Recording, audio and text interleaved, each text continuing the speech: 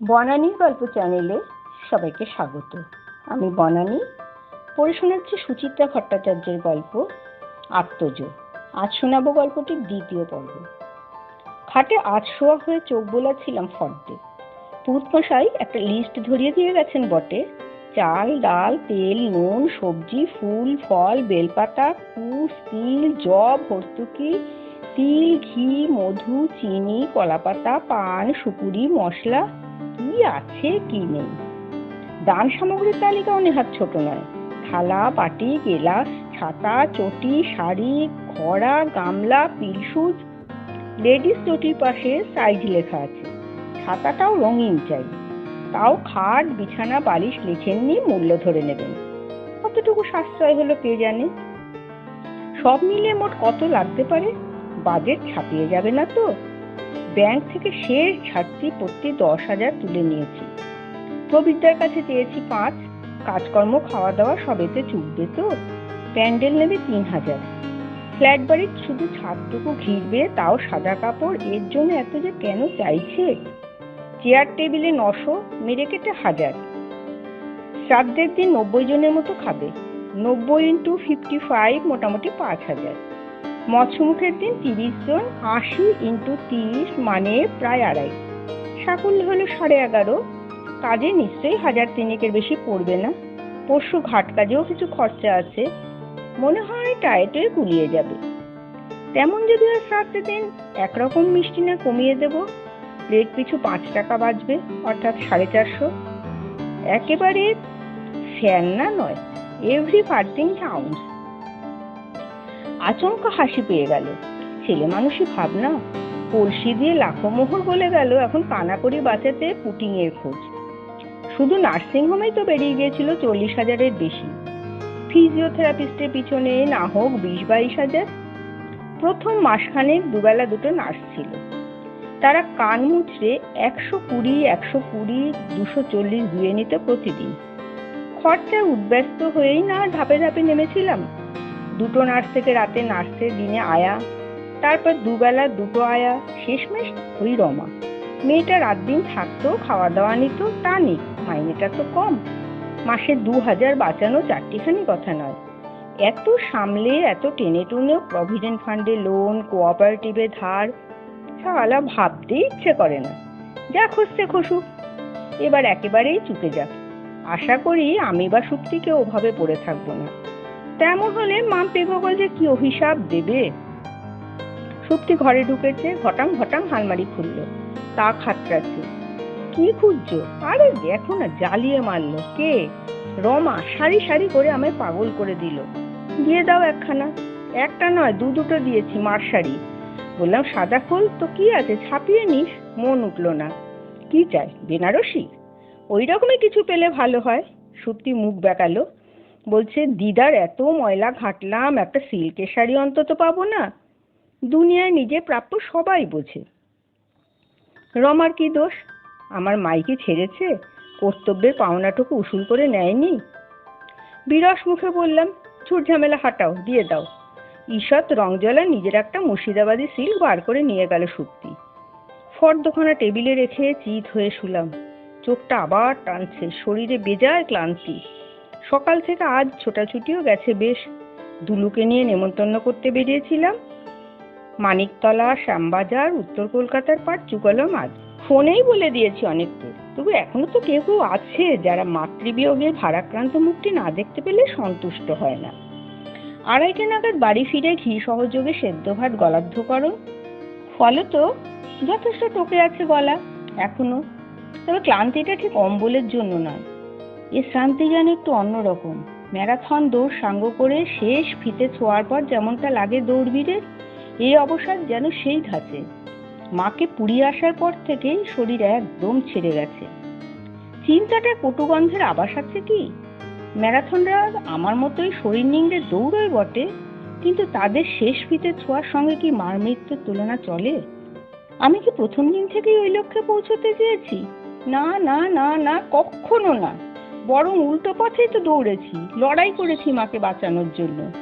কায় মনোবাক্যে চেয়েছি মা সুস্থ হয়ে উঠুক, পুরোপুরি আগের মতো না হলেও হাঁটা চলা করুক, মোটামুটি একটা স্বাভাবিক জীবনে ফিরুক। সর্বস্ব উজাড় করেও যদি সামান্যতম উন্নতি না হয়, তখন মানুষের কেমন লাগে? মনে হয় না কি রেসিং ট্র্যাকটা ক্রমশ ঘুরে যাচ্ছে, পার হচ্ছে একটা লম্বা পেঁচালো পথ, ঘেমে নিয়ে যাচ্ছি, জিভ বেরিয়ে যাচ্ছে, ক্যালোরি শেষ, তবু ছোট। কাহাতেও পারে মানুষ। সুপ্তি আবার এসেছে, হাতে চা, টেবিলে কাপ রেখে খাটে বসলো। লাল পাড় পোড়া শাড়ির আঁচল দিয়ে খাটের বাজুই ঝাড়তে ঝাড়তে বলল, তোমার সন্তুদাই জিতে গেল। ভুরু কুচকে জিজ্ঞাসা করলাম, কেন? আমাদের ইচ্ছেটা তো মূল্য রইল না, মার ঘরে তো কাজ হচ্ছে না। সন্তুদা তো ভুল কিছু বলেনি, মার ঘরটা তো সত্যিই ছোট। ড্রয়িং হলে কাজ হলে সুবিধেই হবে, শ্রাদ্ধের সময় লোকজন বসতে টসতে পারবে, ডেকোরেটরকে বলে দিয়েছি ফরাস পেতে দেবে। আমার কোনো কিছুতেই আপত্তি নেই, তবে আমার লাগছে কোথায় জানো? তোমার ওই সন্তুদার কথাবার্তায়। পিসির ঘরটা খুপড়ি, এত চাপা, আলো বাতাস খেলে না, যেচে পড়ে এসব শোনানোর অর্থ কি? আমরা যেন ইচ্ছে করে মাকে অন্ধকূপে রেখেছিলাম। সুপ্তির আহত হওয়ার যথেষ্ট কারণ আছে। ফ্ল্যাটে আসার আগে সুপ্তি বারবার বলেছিল, মা আপনি বড় ঘরটা নিন। মা কিছুতেই রাজি হয়নি। এক গো, আমি একা মানুষ, ওই ঘরে আমার কি প্রয়োজন? বরং বড় ঘরটা তোরা নে, মাঝেরটায় বাচ্চারা একটু হাত পা ছড়িয়ে থাকুক। হাত নেড়ে বললাম, সন্তু তার কথা ছাড়ো, খেটে খুটে দিচ্ছে, আমরা তো জানি আমরা মার জন্য কি করেছি। সবচেয়ে ভালো হতো বাড়িতে কাজটা না হলে। ফ্ল্যাটের সোসাইটি পারমিশন নাও, এর সামনে হাত কচলাও, ওর চারটি কথা শোনো, আমার একদম পছন্দ হয় না। কি করা যাবে? চৈতন্য মঠ, গৌরীয় মঠ, হেনা মঠ, তেনা মঠ সবই তো ঘুরে দেখা হলো, কোথাও জায়গা নেই। বাপ মাকে চিতায় চড়ানোর আগেই যে লোকে শ্রাদ্ধের জায়গা বুক করে ফেলে, আমি কি করে জানবো? একদিক দিয়ে ভালোই হলো, কেউ বলতে পারবে না মঠে টাকা ধরিয়ে মার কাজ সেরেছি। যারা কথা শোনানো তারা ঠিক শোনাবে। এই তো তোমার খুকুদি আজ কায়দা করে কত কি বলে গেল। কি বলেছে খুকুদি? মাসিকে তোমরা ন্যাজাল ফিডিং এ রাখলে পারতে, এই রমা টমারা কি তেমন সাবধানে খাওয়াতে পারে? ঠাড়ে ঠাড়ে বলতে চাইছিল আমরা মার ঠিক যত্ন নিইনি। বলুক গে যাক, আমরা তো জানি আমরা কি করেছি। কথাটা ফের মুখ দিয়ে বেরিয়ে গেল, বাইরের লোকের কথায় কান দিও না। লাগে, বুঝলে লাগে। 2 বছর ধরে সংসারের সব খরচ কিভাবে কাটল করে গেছিস। ছেলে মেয়ের ফল বন্ধ করে মাকে আঙুরের রস, বেদানার রস খাইয়েছি।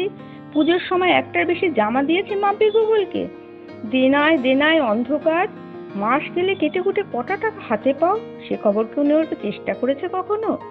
শুধু ওপর থেকে আহা উহু। আজ বাদে কাল মাম্পি 9-এ উঠবে, ওর জন্য একটা ভালো টিউটর রাখা দরকার। পেরেছি রাখতে, সেই তো ঢোকাতে হলো কোচিং এর গোয়ালে। সুপ্তি জোরে নাক টানলো। সারাক্ষণ খালি চিন্তা, মার হরলিক্স ফুরলো কিনা, মার কমপ্লেন আছে তো। মাকে ছেড়ে কোথাও গিয়ে দুদণ্ড তিষ্ঠতে পেরেছি? নতুন মাসির বিয়ে হলো, আমি সকালে মুখ দেখিয়ে এলাম, তুমি বিকেলে। কেন? মার জন্যই তো। তারপরও তোমার জেঠিমা বলে গেলেন, রেণুর যখন টান উঠলো তখন বুঝি তুমি ছিলে না বৌমা। বলো শুনতে কেমন লাগে? বলো। বাদ দাও, যারা করে তাদেরই সমালোচনা হয়, এ তো জানা কথা। আমারও একটা ছোট্ট শ্বাস পড়লো। নাও চা খেয়ে নাও, জড়িয়ে যাচ্ছে। চোখের কোল মুছে এক চুমুকে কাপ শেষ করলো সুপ্তি। উঠে লাগোয়া বাথরুমটায় গেল একটু, বেরিয়ে শুকনো গলায় জিজ্ঞাসা করলো, তুমি এখন কিছু খাবে? সিগারেট ধরিয়েছি, কাঠি অ্যাস্ট্রেতে গুজে বললাম, কি খাবো? ফল কেটে দিতে পারি। চা খেয়ে ফল? খানিকক্ষণ পরে খেও। কত ফল খাবো, বাদরেও এত ফল খেতে পারে না। সুপ্তি ফিক করে হেসে বলল, তোমার টুসিদি সকালে আবার এক গাঁটা কলা, আপেল সবেদা দিয়ে গেছে। গোগল মাম্পি তো দেখছে আর আটকে আটকে উঠছে। যে আসছে হাতে ফল মিষ্টি, যে আসছে হাতে ফল মিষ্টি।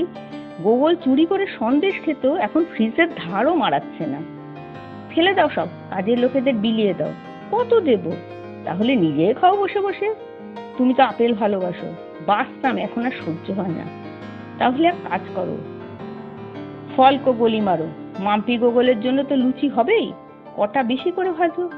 বেলায় খেয়ে এখন আর কিছু না খেয়ে বরং তাড়াতাড়ি রাতের খাওয়াটা। তুমি লুচি খাবে? কি আছে, গোমাংস তো খাচ্ছি না। হ্যাঁ, হুট করে তোমার কোনো আত্মীয় এসে পড়ুক, অমনি রটে যাবে শাশুড়ি গত হওয়ার আনন্দে সুপ্তি বরকে লুচি গেলাচ্ছে। Who cares? আমরা কারো খাই না পড়ি, অসুচ মানামানিটা নিজেদের মনের ব্যাপার। তাও তো আমি নেহাত মা এসবে বিশ্বাস করতো বলে এই সব কাছা নেওয়াটাও আমার যথেষ্ট অকওয়ার্ড লাগে। আহা, পালন যখন করছি পুরোটাই করো। আর তোমার তো কটা দিন, এতদিন এত কিছু করলে আর মাত্র 2-4 দিনের জন্য ধৈর্য হারিয়ে ফেলবে? ক্যাঁ ক্যাঁ করে ডোরবেল বাজছে একটানা। নির্ঘাত মাম্পি স্কুল থেকে এসেই ছুটেছিল কোচিংয়ে, ফিরল। গোগল দরজা খুলতেই শুরু হয়ে গেছে লন্ড ভন্ড কাণ্ড, ধূপ ধাপ আওয়াজ, ড্রয়িং ডাইনিং স্পেসে। গোগলের চিৎকার উড়ে এলো, মাম্পি হি হি। চোখ কুচকে বললাম, কি নিয়ে লাগলো দুজনে, এত হল্লা কিসের? আর কি, গোগল কার্টুন চ্যানেল দেখছিল, মাম্পি নির্ঘাত ওর হাত থেকে রিমোট কেড়ে নিয়েছে। ঠাম্মার মৃত্যুর পর 2-4 দিন থমকে ছিল ভাই বোন, আবার তারা সময় ফিরেছে। গোগলের স্বর চড়তে চড়তে সোপ্রানোয় পাল্লা দিয়ে বাজছে মাম্পির হাসি। সুপ্তি বিরক্ত মুখে বলল, দাঁড়াও, দিয়ে আসি ঘা কত। এত ধাড়ি মেয়ে 5 বছরের ছোট ভাইয়ের সঙ্গে কেমন লাগে দেখো। থাক, কিছু বলো না, মুখ দিয়ে বেরিয়ে গেল। ফ্ল্যাটটায় প্রাণ ফিরুক, এই কদিনে দমচাপা ভাবটা কাটুক একটু। সুপ্তি অস্ফুটে বলে, কদিন না 25 মাস। বলেই সুপ্তি নীরব। আমি আর কথা খুঁজে পাচ্ছিলাম না। বাইরে বিকেলটা মরে গেছে বহুক্ষণ। আমাদের বন্ধ দরজা জানলা ভেদ করে মরা বিকেলটা তবু ঢুকে পড়েছিল ফ্ল্যাটে চুইয়ে চুইয়ে।